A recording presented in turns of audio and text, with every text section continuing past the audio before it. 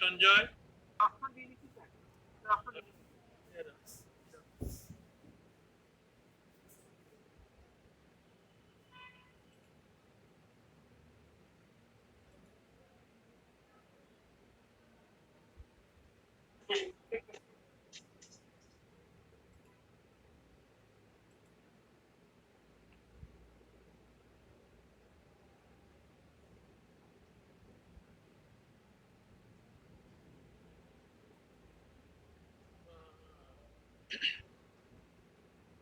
আমরা কি শুরু করতে পারি?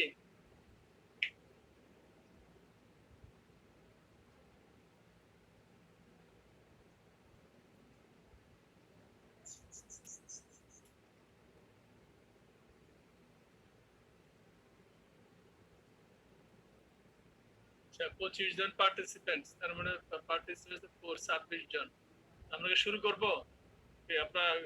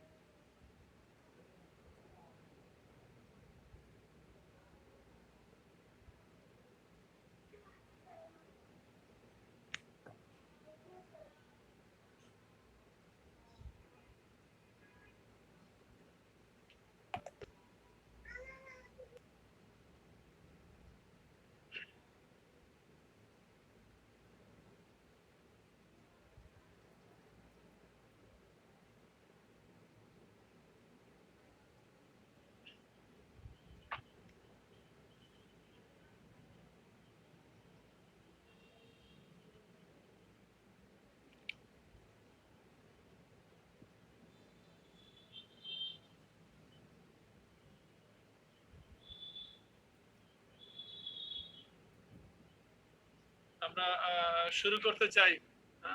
তো আমাকে শুনতে পাও? তোমরা আমাকে শুনতে পাচ্ছ? জি স্যার, শুনতে পাচ্ছি স্যার। জি স্যার, ওয়েলকাম স্যার। স্যার শুনতে পাচ্ছি স্যার।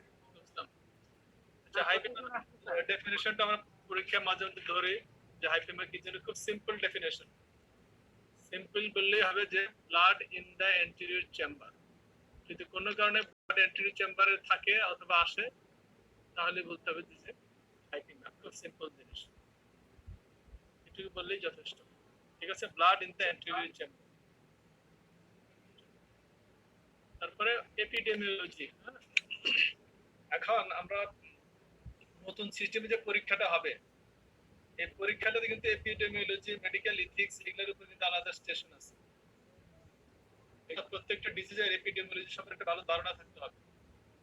আগে আমরা তো গুরুত্ব দিতাম না, কিন্তু এখন যেহেতু আলাদা স্টেশন আছে, এই জন্য এপিডেমিওলজি, প্রত্যেকটা ডিজিজের এপিডেমিওলজি জানাটা খুব জরুরি। মনে প্রশ্ন হতে পারে যে এপিডেমিওলজি জেনে আমার লাভটা কি? What are the importance to know the epidemiology in every diseases? লাভটা হলো যে এপিডেমিওলজিতে কি থাকে, অ্যাকচুয়ালি কি পরিমাণে অসুখটা আছে আমাদের এক্সিস্টিং, প্রতি বছর কি কিভাবে নতুন করে কতগুলা ইনসিডেন্স কতগুলো হচ্ছে, তারপর প্রিভিলেন্স হলো কি যে ইনসিডেন্স এবং আগের যে অসুখ সবগুলো মিলে হলো প্রিভিলেন্স, এই জিনিসগুলো জানতে হবে।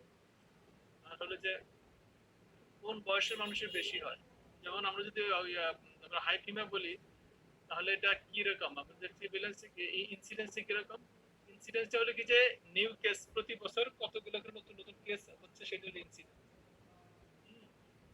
ইনসিডেন্স যদি আমরা 17 থেকে 20 প্রতি 1 লাখ মানুষের মধ্যে প্রায় 20 জন মানুষ কোনো না কোনো ফর্মে হাই ফিভারে আক্রান্ত হয় প্রতি বছর। এটা হচ্ছে ইনসিডেন্স। তার মানে এর গুরুত্বটা অনেক বেশি, 1 লাখের ভিতরে 70 জন তো কম না। তারপরে মোস্ট আর common in less than 20 years of age, মানে ইয়াং দের বেশি হচ্ছে, বিশেষ করে 20 বছরের মানুষ যারা তাদের। দেখা গেছে যে মেল ফিমেল রেশিও হলো বিভিন্ন রকম আছে, তো বলে 3:1 এটা বললেই হবে যে 75% হচ্ছে মেল আর 1% হচ্ছে ফিমেল। তো এইটা একটু ভেরিয়েশন আছে এই most common cause is blunt object, blunt trauma দিয়ে সবচেয়ে বেশি পরিমাণে হয়। আর হলো যে 60% আজ স্পোর্টস রিলেটেড, হ্যাঁ, খেলাধুলা জনিত কারণে 60% যত হাইকিং হচ্ছে ইয়াংদের, তার দেখা যাচ্ছে 60% হচ্ছে due to sports related trauma, usually blunt ocular trauma. এই ভিডিওগুলি সম্পর্কে একটু জানলে মোটামুটি চলবে, তো আরো বেশি জানা তো জানা দরকার। পরীক্ষার জন্য এটুকু জানা ছিল।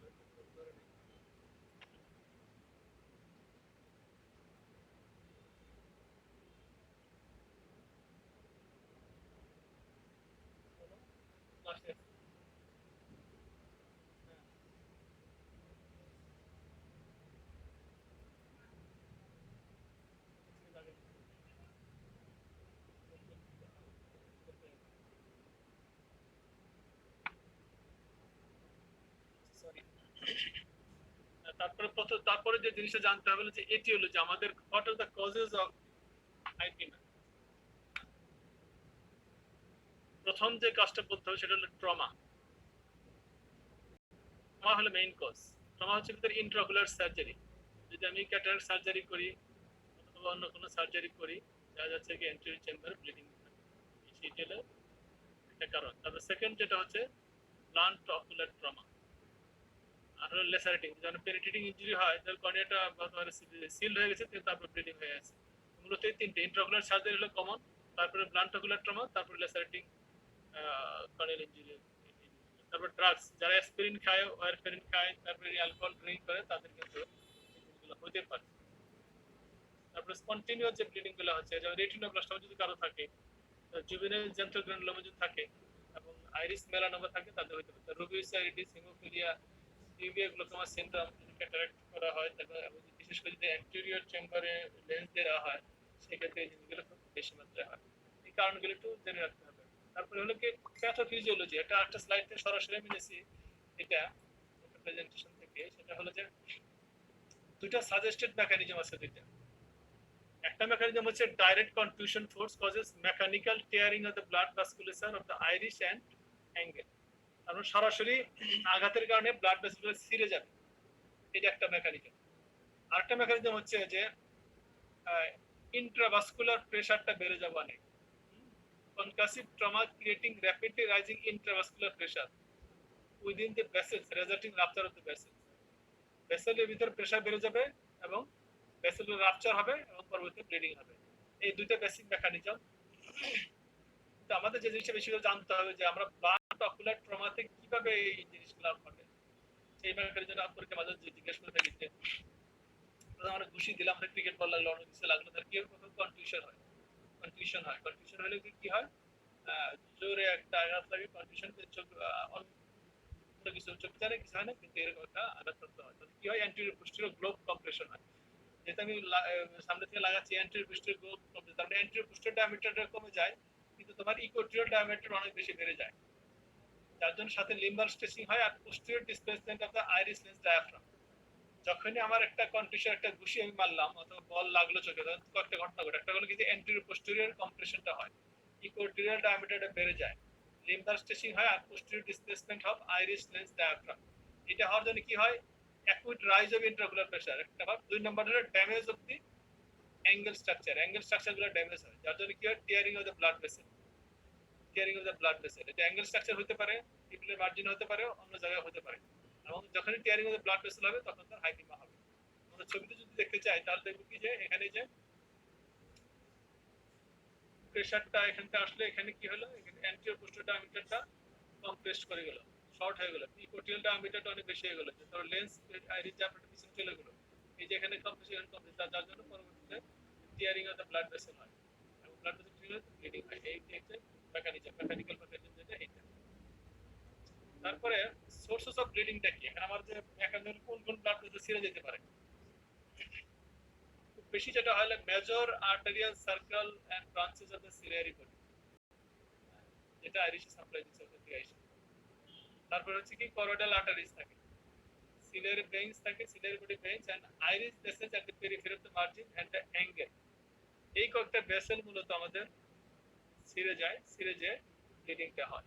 নামগুলা পরীক্ষা বলতে হবে। Major arterial circle and branches of the ciliary body, choroidal arteries, ciliary veins and iris vessels at the periphery of the margin or angle of in the angle। এই যে আমাদের ট্রমা হচ্ছে, ট্রমার সাথে কি কি অ্যাসোসিয়েটেড ঘটনাগুলো ঘটে? অ্যাঙ্গেল ডিসিশন হয়। অ্যাঙ্গেল ডিসিশনটা আমরা বলি যে সার্কুলার মাসেল লংজিচুলার মাসেলের ভিতর দিয়ে যে ইয়াটা ওইটা যদি ডিসরাপশন হয়ে যায় তাহলে এটা অ্যাঙ্গেল ডিসিশন হয়, পরবর্তীতে এটা secondary glaucoma open angle glaucoma হয়। তারপরে সাইক্লোডায়ালিসিস ক্লেপ তৈরি হয়, যদি সাইক্লোডায়ালিসিস ক্লেপ তৈরি হয় এখানে হাইপোটোনি হয়ে যায়। আর ট্রমাটিক আইরাইটিস হতে পারে, মিওসিস হয়, তারপর মাইটেসিস হয়, যদি মাইটেসিস হয়, তারপর আইরোডায়ালিসিস, তারপর কর্নিয়াল চেঞ্জের ভিতর হলে কর্নিয়াল ইডিমা হয়, এপিথেলিয়াল এন্ডোথেলিয়াম লস হয়, এইসব জিনিসগুলো হয়। আর ক্যাটারাক্ট ফর্মেশন হয় যেটা ডাইরেক্ট ট্রমা, আর অনেক সময় দেখা যায় কি যে তোমার নিউট্রিশনাল হ্যাম্পারের জন্য তোমার ক্যাটারাক্ট হয়। আর lens subluxation due to trauma. আর পোস্টেরিয়র সেগমেন্ট যে ইনজুরিগুলো হয় সেগুলো ভিট্রিয়াস হ্যামারেজ হতে পারে, retinal tear and choroidal fracture, এই জিনিসগুলো হয় সাধারণত। এগুলো একটু মনে রাখতে হবে যে একটা ট্রমা যদি হয়, আমরা যদি সামনে থেকে ঘুষি মারি চোখে অথবা একটা ক্রিকেট বল লাগে যায়, তাহলে কি কি স্ট্রাকচার ইনজুরি হতে পারে, এই জিনিসগুলো হতে পারে। আরেকটা জিনিস হলো যে পরীক্ষার প্রায় জিজ্ঞাসা করে থাকে যে যদি ট্রমা হয়, একটা মানুষের যদি ব্লান্ট অকুলার ট্রমা হয়, তাহলে আমাদের যে রিংস আছে, 7 concentric ring disruption in blunt ocular trauma 7টা। তারপর হলো যে পিকুলারি মার্জিনের টিয়ার হয়ে যেতে পারে, হ্যাঁ, স্ফিংক্টার টিয়ার হয়ে যায়, স্ফিংক্টার। 2 নম্বর হলো আইরোডায়ালাইসিস। 3 নম্বর হলো অ্যাঙ্গেল রিসিশন, এখান থেকে অ্যাঙ্গেল রিসিশন হয়ে যাবে। তারপর সাইক্লোডায়ালাইসিস। তারপর আছে কি ট্রাবিকুলার মেশর টিয়ার, হয়ে যেতে পারে, ট্রাবিকুলার মেশর হলে কি যে সবাই তোমরা জানো খুব বেশি মাত্রা যদি হয় তাহলে লিম্বাসের ওখানে যে ট্রাবিকুলার মেশর আছে সেটা টিয়ার হয়ে যেতে পারে। আর জনুলার ডায়ালাইসিস হয়ে যেতে পারে, যেখানে জনুলার ডায়ালাইসিস এবং পরবর্তীতে রেটিনাল ডায়ালাইসিস হচ্ছে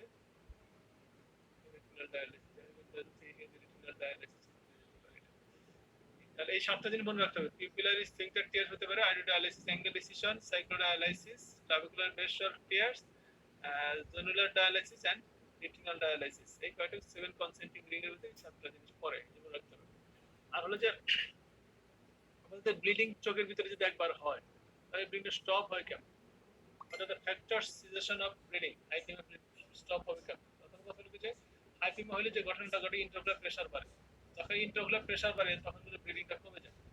আর সাথে ভাস্কুলার স্পাজম আছে, আর যদি ব্লাড যদি ক্লটেড হয়ে যায় ফিব্রিন দিয়ে, formation of fibrin and platelet clot, যদি ব্লাড ক্লট হয়ে যায় তাহলে সাধারণত ব্লিডিং হয় না। যে যাদের ব্লিডিং হয় ওই যদি ক্লট হয়ে যায়, ক্লট হয়ে যাবে বন্ধ করে দেয়। তাহলে এই 3টা কারণ, একটা elevation of intraocular pressure, vascular spasm and তারপর হচ্ছে formation of fibrin and platelet. এই কয়েকটা জিনিসের মধ্যে আমরা ব্লাড ব্লিডিংটা বন্ধ হয়ে যায়। আচ্ছা, এখানে এই পর্যন্ত যা বললাম এখানে কোনো প্রশ্ন আছে? কোন জায়গায় তার বুঝতে কোনো সমস্যা হচ্ছে? কিন্তু কথা বলে না স্যার না স্যার, এই পর্যন্ত বুঝেছি স্যার, এই পর্যন্ত বুঝতে পেরেছি স্যার। আচ্ছা, ঠিক আছে। তারপরে গ্রেডিং অফ হাইপিমা, গ্রেডিং করা খুবই দরকার, যে আমরা ম্যানেজমেন্টের জন্য গ্রেডিংটা দরকার, ম্যানেজমেন্ট এবং তার আলটিমেট রেজাল্টটা কি হবে প্রগনোসিস করার জন্য গ্রেডিংটা দরকার। আমরা অ্যাকর্ডিং টু ডিউরেশন, আমরা বলি ফ্রেশ, ওল্ড এন্ড প্রলং। হ্যাঁ, এটা যে ফ্রেশ বলি, যদি 7 দিনের মধ্যে যদি আসে তাহলে এটা ফ্রেশ বলবো, আর ওল্ড বলবো 7 থেকে 14 দিনের মধ্যে, আর প্রলং বলবো মোর দ্যান 15 ডেজ যদি হয় তাহলে প্রলং হাইকিমা বলবো এটাকে। আর অ্যাকর্ডিং টু ক্যারেক্টার, কনসিস্টেন্সিটা কিরকম, লিকুইড, ক্লটেড না ফিক্সড? লিকুইড, ক্লটেড না ফিক্সড? এটা লিকুইড হলে কি যে ঘোরাফেরা করতে থাকবে, জমবে না, আর ক্লটেড তো বুঝে, আর ফিক্সড হলে যে জমা হয়ে এটা আটকে আছে। তারপর হলো কি যে গ্রেডিং আরেকটা করা যায় যে ভলিউম অনুযায়ী, স্মল, মিডিয়াম, লার্জ, টোটাল। এটা স্মল যদি হয় 4 মিলিমিটার যদি হাইট থাকে তাহলে বুঝে স্মল, 6 মিলিমিটার হলে মিডিয়াম, 9 মিলিমিটার হলে টোটাল যদি হয় তাহলে more than 9 মিলি দেওয়া যেতে পারে। আর অ্যাকর্ডিং টু ফর্ম মানে কখন ফর্মেশন হয়েছে এটা যখন আঘাত লাগছে তখনই না একবার ব্লিডিং হয়েছে তারপরে। যদি প্রাইমারি হলো কি যে ফার্স্ট ইমপ্রেশনে যদি ব্লিডিংটা হয় সেটা হচ্ছে প্রাইমারি এবং সেটা কয়েকদিন পরে যদি আবার ব্লিডিং হয় সেটাকে বলবো আমরা সেকেন্ডারি ব্লিডিং। তারপর যেটা আছে যে ইম্পর্টেন্ট যেটা সেটা আমরা সবসময় পরীক্ষা ধরে থাকি সেটা হলো কি grading based on how much the anterior chamber filled with the blood এটা হলো গ্রেড হাইফিমা সাইজ মাইক্রো হাইফিমা মাইক্রো হাইফিমা মানে কি যে তার হাইফিমা আছে কিন্তু আমরা বাইরে থেকে দেখতে পাচ্ছি না যখন আমরা স্লিট লেভে দেখবো তখন দেখা যায় প্রচুর পরিমাণে ব্লাড ঘোরাফেরা করতেছে circulating RBCs only no gross collection of blood থাকবে কিন্তু কোনো কালেকশন থাকবে না সেডিমেন্ট থাকবে না যখন সেডিমেন্ট হবে তখন হলো গ্রেড 1 বলবে লেস দেন 1/3 যদি ডিগ্রি হয় তাহলে হলো গ্রেড 1 লেস দেন 1/3 যদি এরকম থাকে সেটা হলো গ্রেড 1 তারপরে যদি গ্রেড 2 হচ্ছে 1/3 থেকে হাফ পর্যন্ত 1/3 থেকে হাফ পর্যন্ত যদি হয় সেটা হলো গ্রেড 2 আর গ্রেড 3 হলো হাফ থেকে নিয়ার টোটাল হবে না একটু বাকি থাকবে সেটা grade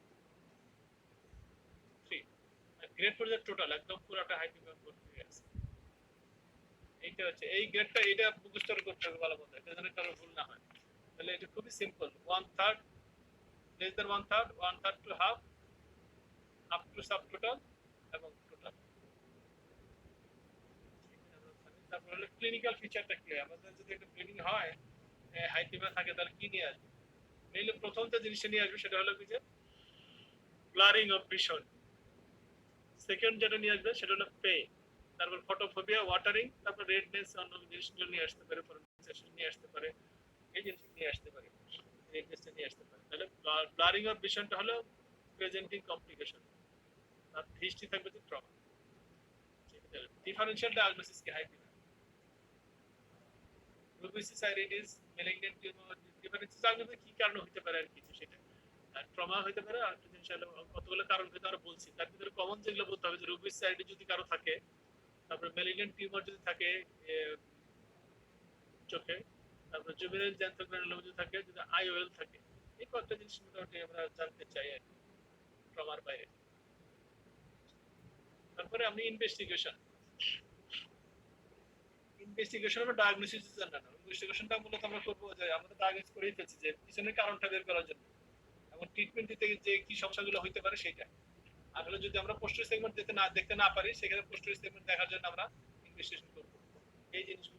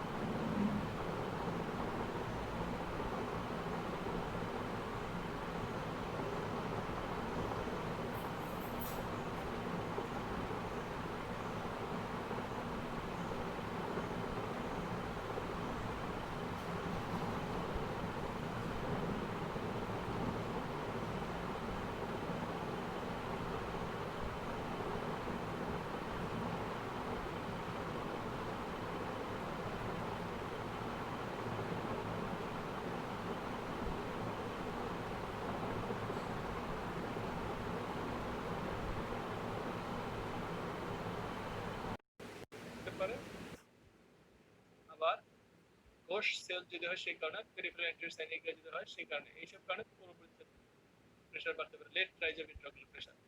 early rise of intraocular pressure কারণ হচ্ছে তোমার আমার আউটফ্লোটা হ্যাম্পার্ড হবে। আউটফ্লোটা কিভাবে হ্যাম্পার হবে?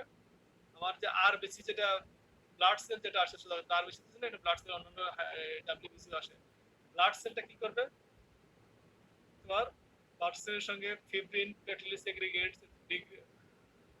ডিগ্রেডেড সেলস প্রোডাক্টস, এই প্রোডাক্টগুলো কি করবে? এই প্রোডাক্টগুলো আইসা তোমার ট্রাবুকুলার মেশারগুলোকে ব্লক করে দিবে। ব্লক করে দিলে পরে একসাথে বেরোতে পারবে না, তার জন্য ইন্টারনাল প্রেসার বেড়ে যাবে। আবার আঘাতের কারণে অনেক সময় যদি ট্রাবুকুলার মেশার ড্যামেজ হয়ে যায়, সেক্ষেত্রে তোমার ট্রাবুকুলার মেশার ভালো কাজ করবে না, ইন্টারনাল প্রেসার বেড়ে যেতে পারে। আর একটা ইনফ্লামেশন, ট্রাবেকুলাইটিস হলে পরে কি হয়? ট্রাবেকুলার যে মেশারগুলো থাকে সেটা ফুলে ফুলে যায়, মোটা হয়ে যায়। মোটা হয়ে গেলে যে পোরটা অনেকটা ন্যারো হয়ে যায়, ন্যারো হয়ে যেতে আউটফ্লোটা কমে যায়। এসবের কারণে তোমার acute rise of intraocular pressure হয়। আচ্ছা, এই পর্যন্ত সমস্যা আছে কারো?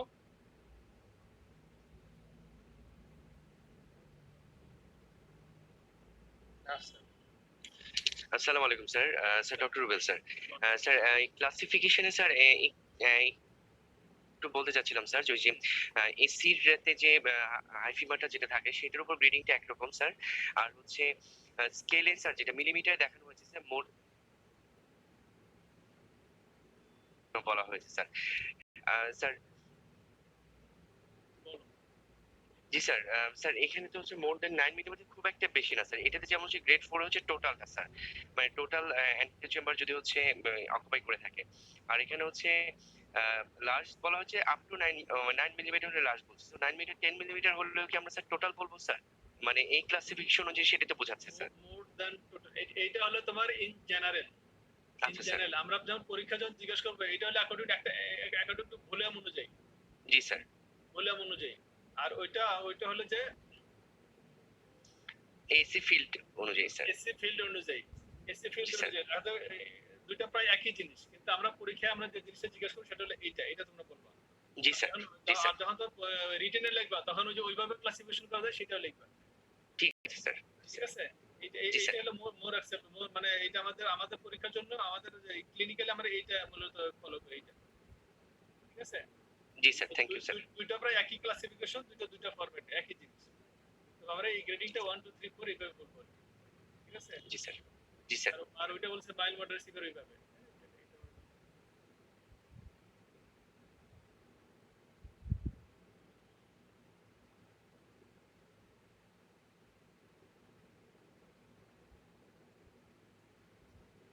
আমরা এটা বলছিলাম যে acute rise of intraocular pressure মোটামুটি যে অন্যান্য ক্ষেত্রে যেভাবে পারে এখানে একইভাবেই পারে। মূলত হলো যে আরবিসি, ফিব্রিন, তারপরে প্লেটলেট এগ্রিগেশন, ডিগ্রেডেড সেল, এগুলো সব ট্রাবুকুলার বন্ধ করে দেয়, যদি অ্যাকোয়াস আউটফ্লো হতে পারে না।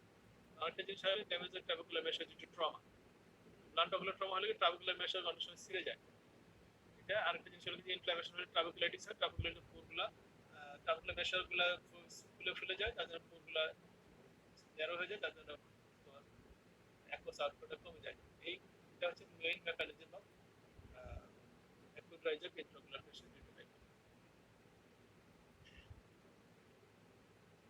এখন আমরা এই যে অ্যাকুট হাইপোমার এটা চিকিৎসাটা আমরা পরে বলি, এটা এখন দরকার নেই। কমপ্লিকেশন, আরেকটা কমপ্লিকেশন আছে, সেটা হচ্ছে যে কর্নিয়াল স্টেনিং, খুবই খারাপ complication. Corneal straining, corneal blood straining incidence হলে কি যে যত হাই ফিমা হবে তার 5% এর ক্ষেত্রে তোমার কর্নিয়াল ব্লাড স্টেনিং হতে পারে, 5% থেকে। তো কোন কোন ক্ষেত্রে বেশি হয়, কার বেশি হয়? যেমন লার্জ হাই ফিমা যদি থাকে, রিব্লিডিং যদি থাকে, প্রলংড ব্লাড রেগুলেশন যদি থাকে, এলিভেটেড ইন্ট্রাঅকুলার প্রেসার যদি থাকে, এবং কম্প্রোমাইজ এন্ডোথেলিয়াল ফাংশন যদি থাকে, এই ফ্যাক্টরগুলো responsible for blood staining of the cornea following IPM.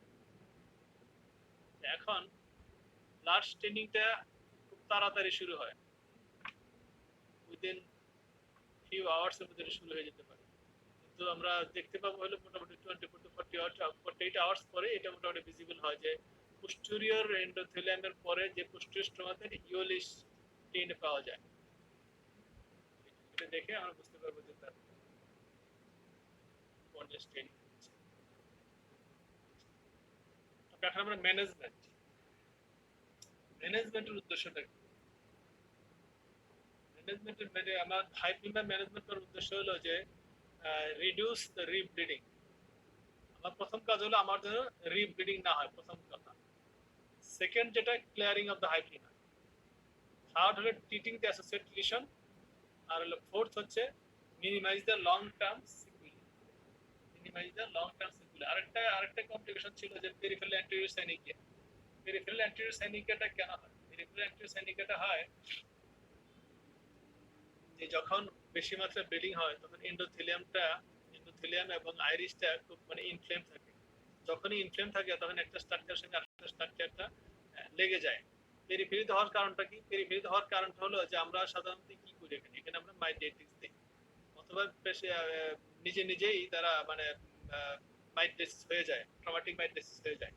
তখন তারা পেরিফেরিতে যায় আটকে যায় যদি লম্বা সময় এই ঘটনাগুলো ঘটতে থাকে। এই জন্য এটা খেয়াল রাখতে হবে যে লম্বা সময় যেন আমার রেজিস্ট ইন্টারগ্লোকুলেশন না হয়। এটার জন্য আমরা সাপোর্টিভ কিছু ট্রিটমেন্ট আমরা দিয়ে থাকি। সাপোর্টিভ ট্রিটমেন্ট মানে কি যে অসুখ ভালো হবে না কিন্তু তাকে কিছুটা আরাম দিব, অসুখটা ভালো হওয়ার জন্য কিছুটা হেল্প করবে। যেমন supportive treatment moderate activity, sit and walk. এই পেশেন্টটাকে একদম শোয়া রাখার দরকার নাই। একদম বিশেষ করে বাচ্চাদের যদি জোর করে শোয়া রাখেন তাহলে সে মানে ভায়োলেন্ট হয়ে যায়।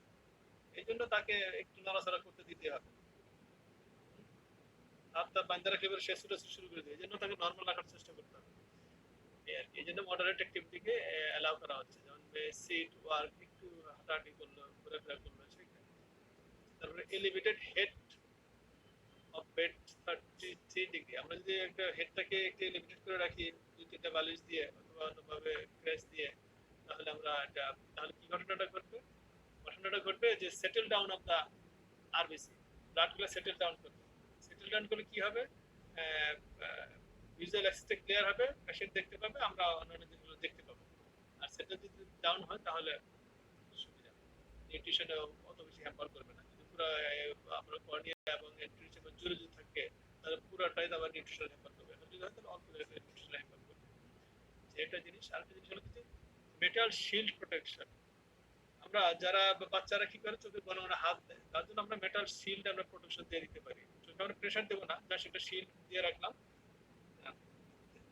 চোখের মধ্যে হাতে ফোটা থাকলো, সে নিজে তো হাতে দেখতে পারবে একটু কিন্তু।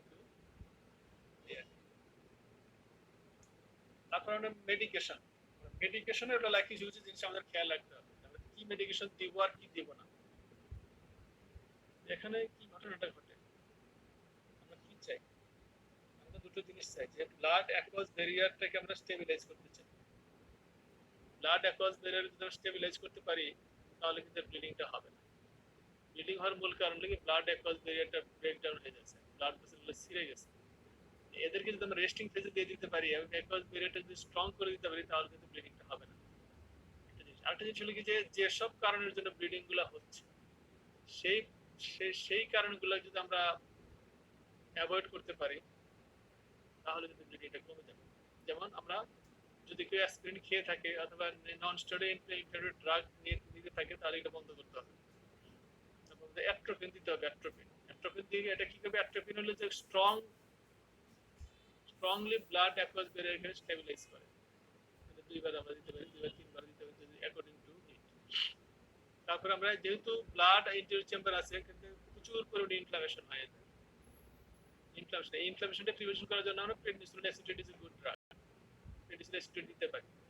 এখন কথা হলো যে প্রেডনিসোলিন অ্যাসিটেট নিজেও আমাদের ইন্টারগ্লোকুলার প্রেসার বাড়ায়, ইন্টারগ্লোকুলার প্রেসার বাড়ায় ঠিকই, কিন্তু তারপরেও আমাদের কেটে দিতে হবে এই জন্য যে প্রফিউজ মানে বেশি মাত্রায় ইনফ্লামেশনটাকে প্রিভেন্ট করার জন্য।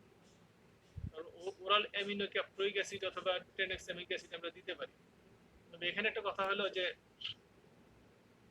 এটা হলো যে যখন ব্লিডিং হবে ওই সময়টা দিলে পরে কাজটা ভালো করে, এবং তারপরে যে কাজটা করে পরবর্তীতে ব্লিডিং হয়ে যাওয়ার পরে এরা কি করে, এরা হলে ক্লট তৈরি করে এবং ক্লটটাকে স্টেবিলাইজ করে। অ্যান্টিরিয়র চেম্বার যদি ব্লাডটা যায় তখন এটা স্বাভাবিকভাবে ক্লট হতে দেরি হয়, এরা ক্লটটা করে এবং ক্লটটা কি করে স্টেবিলাইজ করে, লম্বা সময় ধরে ক্লটটা থাকে। কিন্তু এটা দেখা গেছে কি পরবর্তীতে আমাদের লাভ এর চাইতে ক্ষতির পরিমাণটা আরো বেশি হয়। এই জন্য প্রাইমারি ব্লিডিং এর ক্ষেত্রে অ্যামিনোগ্লোবিউলিক অ্যাসিড অথবা ট্রেনিক অ্যাসিড না দেওয়াটাই ভালো। তবে যদি রিব্লিডিং হয় সেক্ষেত্রে যদি চান্স থাকে সেক্ষেত্রে দেওয়াটা বেশি ভালো। আর আরেকটা জিনিস হলো যদি লম্বা সময় যদি ক্লট থাকে তাহলে এটা বেশি দিন দেওয়াটা ঠিক হবে না, 4 দিন দেওয়ার পরে এটা বন্ধ করে দিতে হবে। এইটাই তাহলে দিনে অ্যামিনোগ্লোবিউলিক অ্যাসিড দিতে হয় 50 মিলিগ্রাম পার কেজি করে 4 Times daily up to 30 gram per day for 5 days. এবং ট্রেনিক অ্যাসিডও 5 দিনের বেশি দেওয়ার কোনো দরকার নেই। তার কারণ হলো কি আমরা চাই যে এটা রিব্লিডিংটা বন্ধ হোক, অন্য কিছু না। তারপরে ওরাল পেন্টিসিলিন যদি হাই রিস্ক পেশেন্ট যদি হয় তাহলে আমরা যদি একটু বেশি মাত্রা থাকে ইনফ্লামেশন থাকে সেক্ষেত্রে আমরা ওরাল পেন্টিসিলিন দিতে পারি। এইটা হচ্ছে মোটামুটি চিকিৎসা মেডিকেল চিকিৎসা।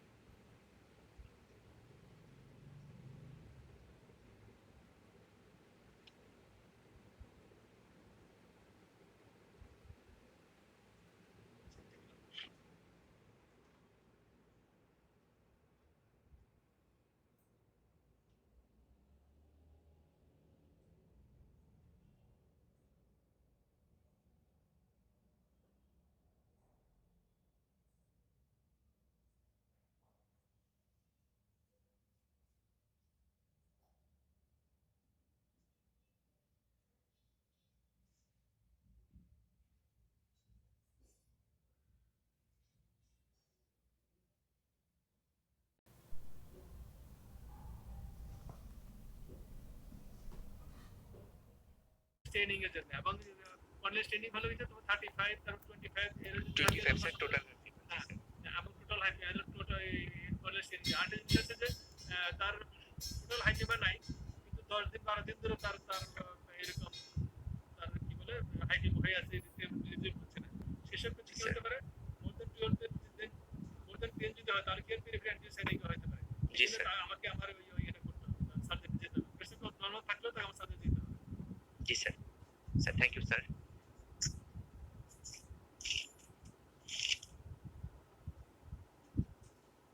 আর কোনো প্রশ্ন?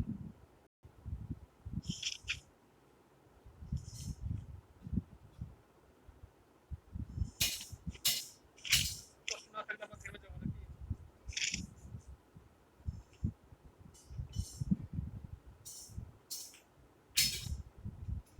আচ্ছা, সবাইকে ধন্যবাদ জানাচ্ছি। নেক্সট আমরা হলো যে কেমিক্যাল বার্ন নিয়ে পড়াশোনা করব। সেটা হচ্ছে 2টা লেকচার ইনশাআল্লাহ শেষ করে দেব। সেটা কেমিক্যাল বার্ন, সেটা হলো সামনের মাসে পর্ব 2টা ক্লাস আছে সেই জন্য যদি কোনো প্রশ্ন না থাকে আমরা এখানে আজকে থাকি। কোনো প্রশ্ন আছে? আমার মনে হয় যে প্রশ্ন নাই, তাহলে সবাইকে ধন্যবাদ জানিয়ে আজকে আমাদের শেষ করছি। আসসালামু আলাইকুম। আসসালামু আলাইকুম। Thank you sir. Thank you sir. তার পরবর্তী